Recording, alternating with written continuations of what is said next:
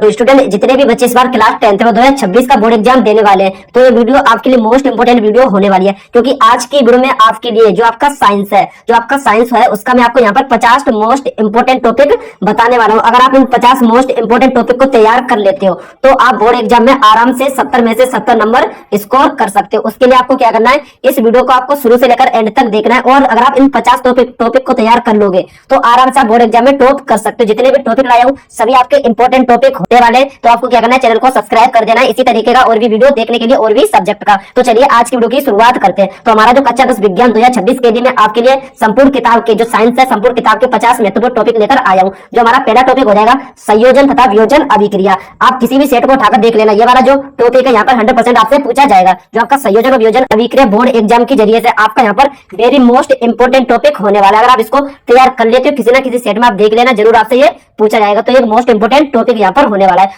उसके बाद topic number दूसरा हो जाएगा उष्माक्षेपीय अभिक्रिया तथा उष्माशोषी अभिक्रिया। ये भी हमारे एक वेरी मोस्ट इंपोर्टेंट यहाँ पर टॉपिक हो जाएगा, वेरी मोस्ट इंपोर्टेंट हमारा ये टॉपिक हो जाएगा। उसके बाद टॉपिक नंबर हमारा तीसरा हो जाएगा रासायनिक समीकरण को संतुलित करने की विधि। जो रासायनिक समीकरण को हम संतुलित करते हैं ये आपसे बोर्ड एग्जाम में 4 नंबर का पूछा जाता है, इसलिए ये भी हमारे एक मोस्ट इंपोर्टेंट टॉपिक हो जाता है। स्टूडेंट जितने भी मैं आपको टॉपिक बता रहा हूँ सभी आपके मोस्ट इंपोर्टेंट टॉपिक है। अब आपको क्या करना है, वीडियो बनाने में काफी ज्यादा मेहनत लगता है, इसके लिए वीडियो को लाइक करना है, वीडियो को शेयर कर देना, साथ ही साथ चैनल को सब्सक्राइब जरूर कर देना इसी तरीके का और भी वीडियो देखने के लिए। उसके बाद हमारा यहाँ पर टॉपिक नंबर 4 हो जाएगा अम्ल, क्षार तथा लवण की परिभाषा। ये आपसे बोर्ड एग्जाम में यहाँ पर 3 नंबर का यहाँ पर पूछ लिया जाता है कि अम्ल क्या होता है, क्षार क्या होता है, लवण क्या होता है, इसलिए ये भी हमारे एक मोस्ट आईएमपी टॉपिक हो जाएगा, यानी कि मोस्ट इंपोर्टेंट टॉपिक हो जाएगा। उसके बाद यहाँ पर टॉपिक नंबर 5 है।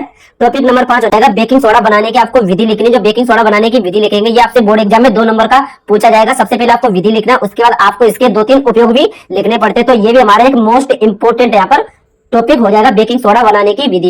उसके बाद टॉपिक नंबर हमारा 6 है धावन सोडा बनाने की आपको फिर विधि लिखनी है। जितने भी स्टूडेंट मैं आपको टॉपिक बता रहा हूँ सभी टॉपिक को आपको तैयार कर लेना, साथ में चैनल को सब्सक्राइब कर लेना, क्योंकि जितने भी मैं आपको टॉपिक बता रहा हूँ उन सभी का मैं आपको सॉल्यूशन भी देने वाला हूँ, इसलिए चैनल को सब्सक्राइब जरूर करके रखना। उसके बाद टॉपिक नंबर 7 हो जाएगा प्लास्टर ऑफ पेरिस को आपको बनाने की विधि लिखनी है। उसके बाद जो प्लास्टर ऑफ पेरिस होता है इसके 2-3 उपयोग होते हैं वो भी आपको लिखने हैं। तो ये भी हमारे एक वेरी मोस्ट इंपोर्टेंट टॉपिक हो जाएगा। बोर्ड एग्जाम में आपसे यहाँ पर 95% आपको बोर्ड एग्जाम में मिल सकता है, क्योंकि जो यूपी बोर्ड होता है उसमें टोटल यहाँ पर 7 सेट होते हैं, किसी ना किसी सेट में आपसे जरूर पूछा जाएगा। तो जितने भी टॉपिक है सभी टॉपिक को आपको यहाँ पर तैयार कर लेने। उसके बाद टॉपिक नंबर 8 हो जाएगा उदासीनीकरण अभिक्रिया। सबसे पहले यहाँ पर आपको उदासीनीकरण अभिक्रिया किसे कहते हैं इसके बारे में आपको एक रिएक्शन लिखना है। तो ये भी हमारे एक मोस्ट इंपोर्टेंट टॉपिक यहाँ पर हो जाएगा। उसके बाद टॉपिक नंबर हमारे यहाँ पर 9 है धातु और अधातु में आपको अंतर पूछा जाएगा, और ये जो अंतर पूछा जाएगा यहाँ पर आपको बोर्ड एग्जाम में 3 नंबर का यहाँ से क्वेश्चन बनेगा। तो ये भी हमारे एक वेरी मोस्ट इंपोर्टेंट यहाँ पर टॉपिक हो जाता है। उसके बाद टॉपिक नंबर 10 है विद्युत रासायनिक श्रेणी। जो विद्युत रासायनिक श्रेणी होती है उसके बारे में यहाँ पर आपको पढ़ना है। आपको टेंशन लेने का जरूरत नहीं है, जितने भी टॉपिक बता रहा हूँ सभी टॉपिक में आपको कराने वाला हूँ, चैनल को सब्सक्राइब आप जरूर करना।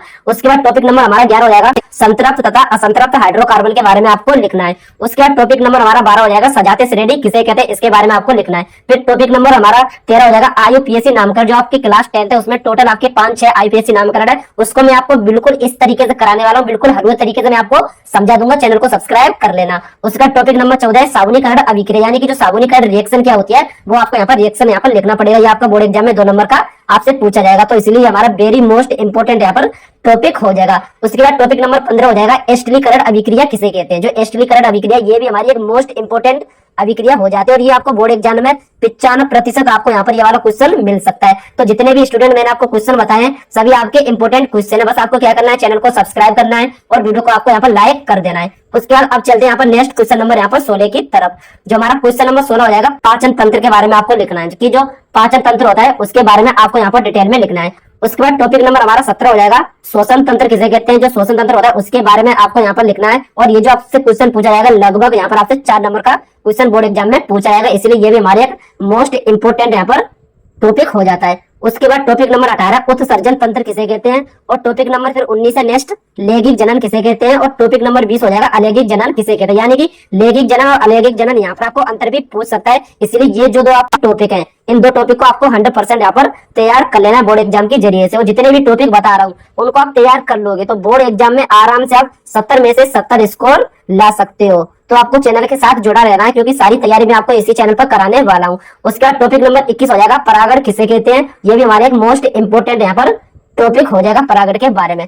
उसके बाद टॉपिक नंबर 22 हो जाएगा फुफ्फुस की संरचना किस तरीके से बनाई जाती है। उसका टॉपिक नंबर 23 हो जाएगा नर तथा मादा जनन तंत्र के बारे में आपको यहाँ पर लिखना है। जो नर होती है और मादा जनन तंत्र होता है उसको आपको चित्र सहित यहाँ पर वर्णन करना है। उसका 24 हमारा टॉपिक हो जाएगा डीएनए और आरएनए में आपको अंतर लिखना है। जो डीएनए और आरएनए में अंतर आएगा ये बोर्ड एग्जाम में आपको यहाँ पर 4 नंबर पे पूछा जाएगा, इसलिए ये भी हमारे एक मोस्ट इंपोर्टेंट टॉपिक हो जाता है। इसको आपको 100% बोर्ड एग्जाम में तैयार करके जाना है, क्योंकि जितने भी टॉपिक है इससे बाहर आपको कुछ भी प्रश्न देखने के लिए नहीं मिलेंगे। बाकी का जो ऑब्जेक्टिव बच जाता है उसे मैं यहाँ पर 1-2 वीडियो में सारे के ऑब्जेक्टिव जितने भी सभी ऑब्जेक्टिव बच जाते हैं उनको मैं क्लियर कर दूंगा। उसके बाद यहाँ पर टॉपिक नंबर हमारा 25 हो जाएगा मेंडल का जो आनुवांशिकता का नियम होता है उसके बारे में आपको लिखना है। फिर टॉपिक नंबर 26 हो जाएगा एक संकर तथा द्वि संकर जो संकरण होता है उसके बारे में लिखना है। यह भी हमारा एक मोस्ट इंपोर्टेंट टॉपिक हो जाएगा। उसके बाद टॉपिक नंबर 27 हो जाएगा लिंग निर्धारण की आपको प्रक्रिया लिखनी है। उसके बाद टॉपिक नंबर 28 हो जाएगा जो मानव मस्तिष्क है उसके बारे में आपको सचित्र से वर्णन करना है। उसके बाद टॉपिक नंबर 29 हो जाएगा तंत्र का तंत्र किसे कहते हैं। ये भी हमारे एक इंपोर्टेंट टॉपिक हो जाएगा। मैं आपसे बोल रहा हूँ जितने भी मैंने आपको टॉपिक बताए हैं जो यूपी बोर्ड में टोटल यहाँ पर आपको 7 सेट होते हैं और 7 सेट में से किसी ना किसी सेट में आपको ये वाले क्वेश्चन जरूर दिखाई दे जाएंगे, इसलिए बोल रहा हूँ कि चैनल को सब्सक्राइब जरूर करके रखना। फिर टॉपिक नंबर हमारे यहाँ पर 30 हो जाएगा जो प्रकाश का परावर्तन और प्रकाश का जो परावर्तन का नियम होता है उसके बारे में यहाँ पर आपको लिखना है। तो ये जो हमारा चैप्टर नंबर हमारा यहाँ पर 9 हो जाएगा जो प्रकाश का परावर्तन है, ये मैंने ऑलरेडी यहाँ पर चैनल पर खत्म करा रखा है, इस वाले चैप्टर को आप पढ़ सकते हो। उसके बाद टॉपिक नंबर 31 हो जाएगा अवतल तथा उत्तल दर्पण से किस तरीके से प्रतिबिंब बनाए जाते हैं। जो उत्तल और अवतल दर्पण होता है, अवतल दर्पण में प्रतिबिंब बनाने की टोटल यहाँ पर 6 स्थिति होती है और उत्तल दर्पण से प्रतिबिंब बनाने की 2 स्थिति होती है। और इन चित्रों को मैंने आपको बहुत ही आसानी से यहाँ पर क्लियर करा दिया, बहुत ही आसानी से मैंने आपको समझाया, तो आप चैनल पर जाकर देख सकते हैं, प्ले लिस्ट भी मैंने यहाँ पर बना दिया है। उसका टॉपिक नंबर 32 हो जाएगा प्रकाश का अपवर्तन और अपवर्तन के नियम। ये भी हमारे एक मोस्ट इंपोर्टेंट टॉपिक हो जाएगा। इन टॉपिक को तो आपको 100% तैयार कर लेना है, तभी आप बोर्ड एग्जाम में एक अच्छा से यहाँ पर स्कोर कर सकते हो। उसके बाद अब देखते हैं टॉपिक नंबर हमारा यहाँ पर 33। जो हमारा टॉपिक नंबर 33 हो जाएगा जो लेंस से प्रतिबिंब का निर्माण किस तरीके से किया जाता है, ये भी हमारे एक मोस्ट इंपोर्टेंट टॉपिक हो जाएगा। उसका टॉपिक नंबर 34 हो जाएगा लेंस की क्षमता के बारे में आपको लिखना है। ये आपसे बोर्ड एग्जाम में यहाँ पर आपको यहाँ पर 2 नंबर का सवाल यहाँ से बन सकता है। लेंस की क्षमता या तो आपको यहाँ पर ऑब्जेक्टिव में पूछा जाएगा तो 1 नंबर का आपको देखने के लिए मिलेगा।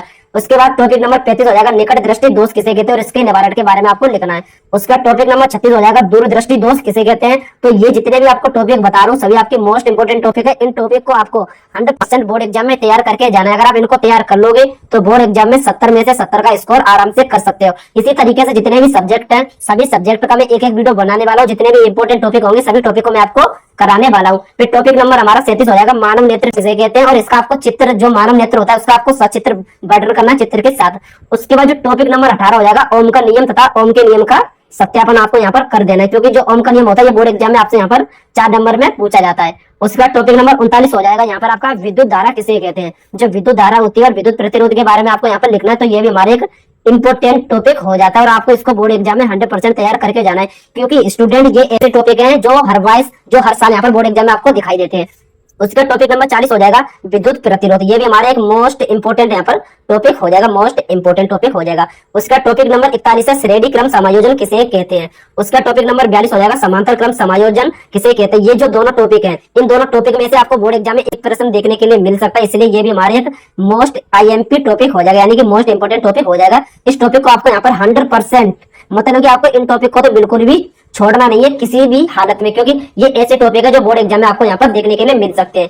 उसके बाद टॉपिक नंबर 43 हो जाएगा चुंबकीय बल रेखा। चुंबकीय बल रेखा की विशेषताएं भी पूछी जाती है। ये जो आपका क्वेश्चन बनेगा लगभग यहाँ पर 4 नंबर का क्वेश्चन बन सकता है, या तो आपको 2 नंबर में चुंबकीय बल रेखा आती है तो 2 नंबर में, और चुंबकीय बल रेखा की विशेषता पूछी जाती है तो 2 नंबर भी ऐड हो जाते हैं। इस तरीके से टोटल 4 नंबर का क्वेश्चन हमारा बन जाता है। उसके बाद टॉपिक नंबर 44 हो जाएगा बायो सेवर्ट का नियम किस तरीके से काम करता है। बायो सेवर्ट का नियम का जो टोटल यहाँ पर डेरिवेशन होता है उसके बारे में आपको संक्षिप्त में लिखना पड़ता है, और ये जो क्वेश्चन है 4 नंबर का भी आपसे पूछा जा सकता है।